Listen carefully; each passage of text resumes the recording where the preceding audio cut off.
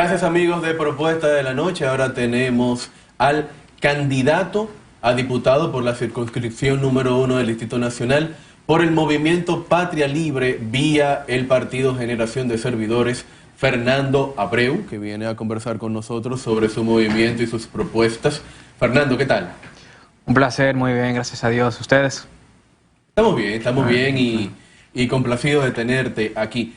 Lo más básico que podemos preguntarte primero es, ¿qué es el movimiento Patria Libre? Patria Libre es un partido de información que es de extrema urgencia y necesidad en la República Dominicana. ¿Por qué? Porque la República Dominicana es un país ausente de las únicas ideas que funcionan en el continuo de tiempo y espacio en todos los países que se aplica de forma absoluta. Estoy hablando de las ideas que se catalogan como derecha, o mejor dicho, nueva derecha, porque lo que se llama internacionalmente como derecha o vieja derecha, traicionaron a sus principios. ¿Cuáles son esos principios y esa idea que nosotros volvemos e ingresamos de forma pasional en el territorio nacional y toda la nueva derecha en el mundo entero, en sus países? Las ideas de un Estado pequeño, de reducción del gasto público, de reducción del endeudamiento, de reducción de impuestos, de reducción de hiperregulaciones que controlan el ser humano como cosa loca y le impide su libertad y su desarrollo humano. Todo esto que impide esa explosión de riqueza y capital y dinero que sucede en todos los países donde se aplica, cuando se bajan impuestos y regulaciones de forma dramática, de forma significativa, aunque lógica, porque tampoco es que lo vamos a eliminar 100%, pero esto siempre logra que venga una lluvia y un mar de inversión. Pero no solamente el tema económico, porque no solamente es la libertad, que es lo que ya estábamos hablando, sino también la vida y la propiedad privada, que ya también lo estábamos abordando. La vida también en defensa de la vida, en defensa de los valores judeocristianos, la defensa de la ética, que es el estudio del bien y el mal. Y, muy importante, la verdad. La verdad está bajo ataque en la República Dominicana y en el mundo completo. Hoy en día se promueve abiertamente desde prácticamente todos los partidos, y ha ingresado a todos los partidos, que en el caso de la República Dominicana son todos partidos de centro izquierda o de extrema izquierda, en el caso de algunos, que promueven cuestiones que son falsas y las quieren imponer por ley, con un globalismo por detrás y una agenda 2030 por detrás que lo está impulsando. Como por ejemplo que un hombre puede ser una mujer, cuando un hombre y una mujer son diferentes en cada célula de su cuerpo, a nivel casi atómico es diferente, con órganos reproductivos diferentes, con un cerebro que funciona de manera diferente, con incluso la estructura cerebral y la psicometría diferente. Es decir, las personalidades, incluso de los hombres y las mujeres, tienen hasta diferencias psicométricamente hablando, es decir, estadísticamente en la ciencia de la psicología. Es decir, somos diferentes absolutamente en todo. Y que una vida, que un ser humano en el vientre no es un ser humano, que es un cúmulo de células, que es otra gran mentira. Y si continuamos por ahí, sigue que hay un alarmismo climático, que el mundo se va a acabar mañana, que es otra cuestión, que lo hacen para controlarnos totalmente y prohibirnos la carne, prohibirnos la libertad de tránsito, como ya sucede en Europa y en otros países, que a partir del 2030 prohíben los vehículos de combustión. Te quieren también las famosas ciudades de 15 minutos, donde te quieren restringir, como pasó en Oxford, etcétera, etcétera. O sea, hay una agenda totalitaria utilizando lo que son ellos, la izquierda, que divide entre opresores y oprimidos. Y con esa división de oprimores y oprimidos, es decir, rico contra pobre, heterosexual contra homosexual, el opresor siempre es el hombre contra mujer, el opresor, el rico es el opresor, el heterosexual es el opresor, el humano contra las especies y el planeta es el opresor, y con esa lucha lo que hacen es que le quitan derechos y libertades a uno, lo distribuyen, se lo dan al otro, y en el medio, ¿quién se enriquece y quién es el todopoderoso? Los políticos que manejan todo ese dinero. Bueno. Por eso es que Fernando, es tan necesario. Antes de entrar en otras consideraciones sobre esa nueva derecha, porque hay tendencias en el mundo que ya tú citaste algunas, por ejemplo, que ya ustedes como desde esa posición tienen su punto de vista, pero yo quisiera que nos hable de tu candidatura. Bien. De tu candidatura por la circunscripción 1. ¿Cuál es tu plataforma? ¿Cuáles son tus propuestas? Realmente, ¿cuáles son tus posibilidades reales de alcanzar esta curul? Bien, hay muchas preguntas ahí, pero vamos a irnos por paso. Como usted bien dijo, soy candidato por la circunscripción número 1 del Distrito Nacional, por el Partido de Información Patria Libre, vía la boleta electoral, que es la número 28, ojo, número 28, del Partido Generación de Servidores, con la alianza que tenemos con ellos. Y nuestra propuesta en todo este proceso que ya mencioné algunas, son, por ejemplo, reformas fiscal, que va a ser lo primero que voy a depositar en el Congreso Nacional, porque es transversal a todo, porque es lo que en la realidad reduce esa masiva pobreza, todas esas personas padeciendo y viviendo de forma no higiénica, en techos de SIC, etcétera, etcétera. ¿Por qué? Porque cuando se reducen los impuestos, viene un mar de inversión a todos los barrios, porque es incentivo el capital humano. ¿Qué concepto Eso tú tienes de una reforma fiscal? Bien, la que nosotros proponemos de forma específica. Todo de que pagamos muchos impuestos. Así es. De hecho, el dominicano y las empresas en promedio, todos los negocios, pagan más de un 48, un 49% sobre todas sus ganancias. Eso es el 27% sobre la renta, encima el 10% de dividendo y encima todas las contribuciones. Luego que paga ese 49% calculado por el Doing Business, el indicador Doing Business, se da la vuelta para tratar de consumir y vivir de lo que ya se ganó y se topa enfrente con un ITEVIS. Después se topa enfrente con un IPI,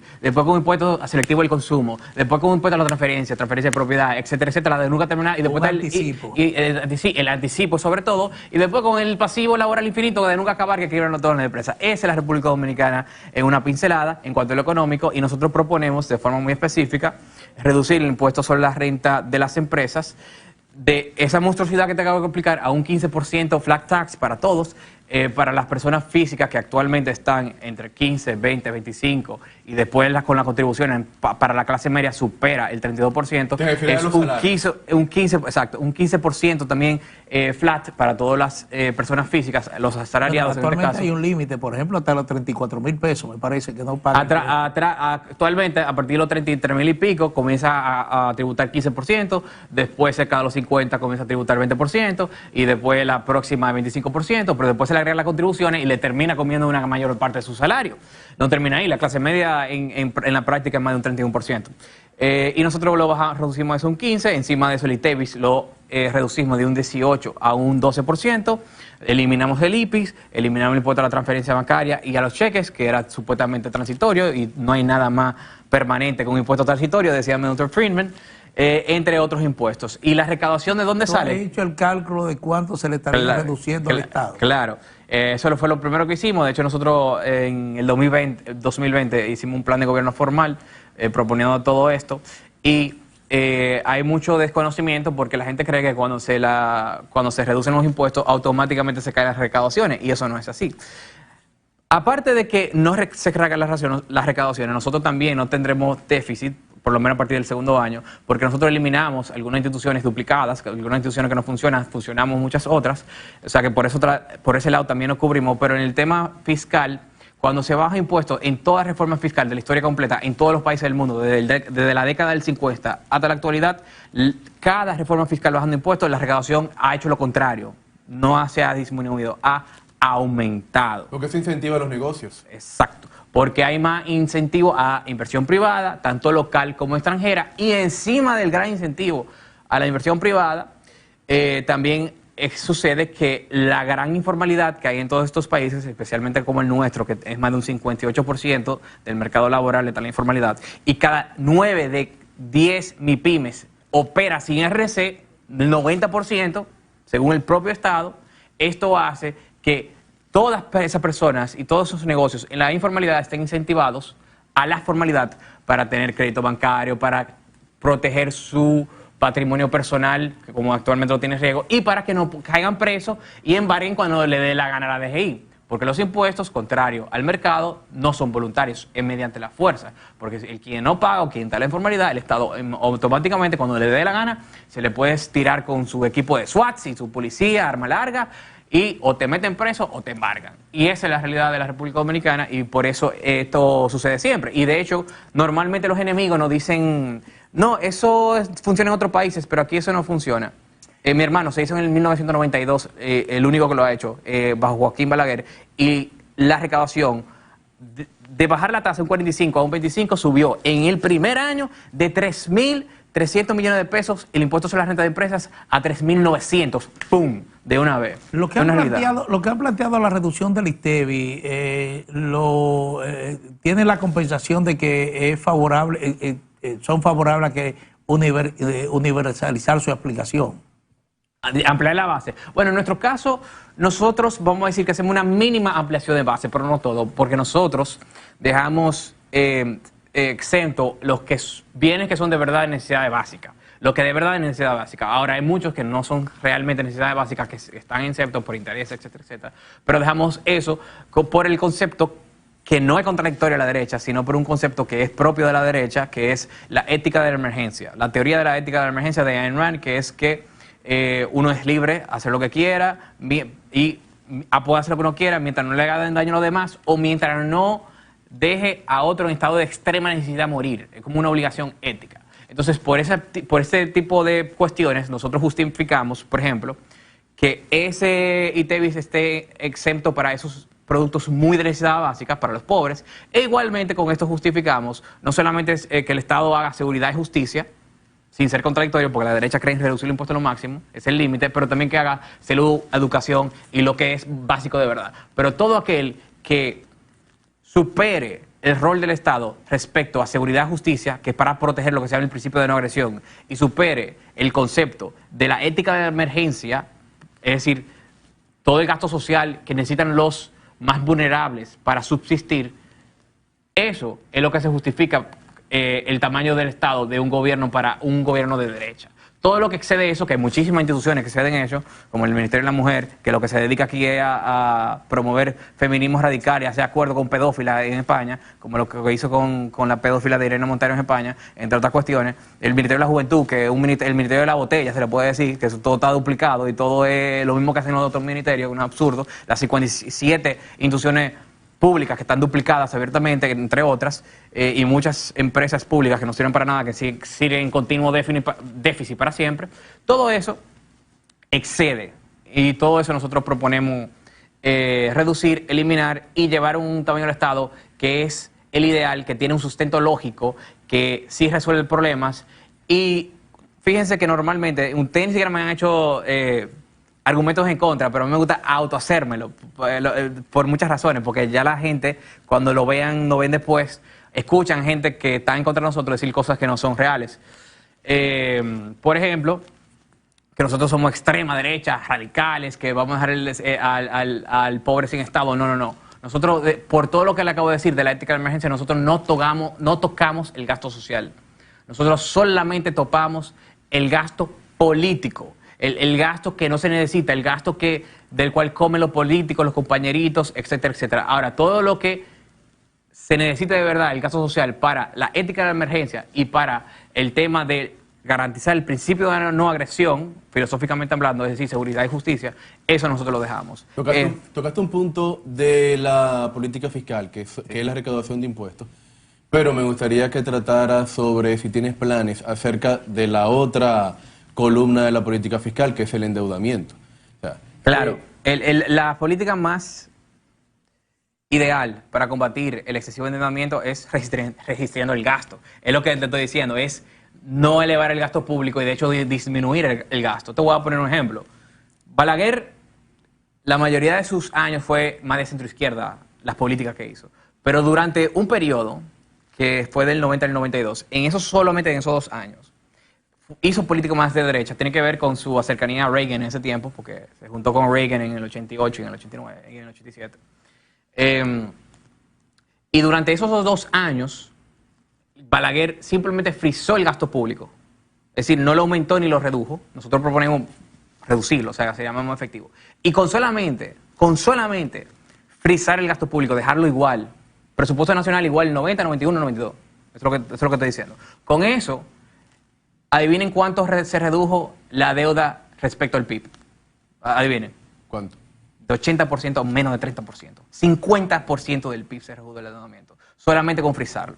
Solamente con frizarlo. Nosotros, más allá, nosotros lo reducimos con todas esas instituciones que sobran, que son bastantes, que sobran, y fusionamos muchos. Por ejemplo, nosotros fusionamos el Ministerio de Educación con MESIC y con Deporte, porque son naturalezas que son compatibles. Fusionamos MEPIP, Economía y Desarrollo, con Industria y Comercio, que hacen prácticamente lo mismo. Yo me sé el organigrama bien a fondo y es prácticamente lo mismo. Son muy pocas cosas de diferencia que hace. Ahí también lo fusionamos. Turismo con cultura, que también va muy de la mano en su naturaleza. Una se nutre de la otra. Ahí eso también lo fusionamos. Bueno, entre otros ministerios. Esas fusiones reducen gasto público. Las instituciones que quitamos también, que están duplicadas, reducen gasto público. El Ministerio de la Mujer y de Juventud, que no sirven para nada, solamente para adoctrinar, reduce gasto público. Y con eso nosotros, de una forma muy eficiente, logramos bajar el endeudamiento de una forma mucho más fuerte de lo que la gente piensa. O sea, dejaría de ser un problema el endeudamiento para nosotros en la República Dominicana. Dos cosas puntuales, por ejemplo, ya que tú te defines de esa nueva derecha. Fundamentalmente la política del subsidio. Sí, se ha cuestionado mucho que el Estado mantiene elevados subsidios. Claro, lo ha y aumentado. dentro de esos subsidios, por ejemplo, la posición frente a políticas sociales, como es esa ayuda que se da Buen hogar, etcétera. a la gente pobre. Y ya por último, el tema migratorio. Fíjate que el tema de los subsidios lo toqué por arribita ahorita, porque como dije, nosotros no eliminamos los subsidios, no eliminamos el gasto social. Ahora, ¿qué es lo que sí hacemos? En la medida que nuestro plan de reducción de impuestos, con el gran capital que entra y la inversión privada, el incentivo que entra, va sacando a la gente de la pobreza de forma natural y van saliendo solo de los programas sociales, como ha pasado en todos los países que han aplicado esto, y puedo dar muchísimos ejemplos. En esa misma medida, de forma natural, se van saliendo por sí solos, van incrementando de esa clase de bajos recursos a la clase media, van saliendo solos y van dejando esos planes y van dejando de ser lo que los políticos no quieren que suceda, que sean dependientes de ellos, que respondan a ellos, que sean dueños de ellos, como quieren los políticos de izquierda aquí, ya tanto PRM, PLD, FUPU, todos son igualitos, no tienen ninguna diferencia en cuanto a las políticas, nada más hay una lucha de poder y de quítate tú para ponerme yo, pero la idea es la misma vaina, hablando llano, son las mismas cosas en la idea. Y eso que quieren ellos, que es permanecerlos dependientes a ellos, controlados por ellos, para que ellos puedan y los necesiten y dependan el voto y le voten a ellos obligatoriamente. Nosotros somos lo contrario, nosotros no queremos quitar nuestro propio poder y presupuesto, que lo que único sirve para ellos es mantener sus compañeritos, sus espiral de burocracia corrupta, sus mañas y todo ese dinerito que le encanta a los compañeritos y su logística, como le llaman, y todas esas cuestiones que le llaman. Esos y la idea de izquierda hacía para mantener parece eso. una temática muy electoralista, sí. Entonces, en el caso de nosotros, es lo contrario, nos reducimos eso, queremos que los pobres, aunque no se lo quitamos por la dependencia de sobrevivencia que tiene, queremos que salgan naturalmente de ese sistema y que se lleguen a la clase media, que sueñen, que sean el protagonista de su vida, de su destino, de su triunfo, que puedan alcanzar el sueño dominicano, para parafrasear el American Dream, por ejemplo, y que no sean dependientes de una migaja del político de turno para que le vote para siempre y una, dos, y otra vez, y pica apoyo 500, y pica apoyo 1000, y pica apoyo 2000, como van a la actualidad. Entonces queremos salvarlos de esa gran dependencia que tienen actualmente, y eso es otra de las cuestiones. Me gustaría preguntarte sobre tus ideas. Dos cosas. La primera, ¿cómo lo toman las personas que te escuchan en la campaña que has realizado, la audiencia que has tenido?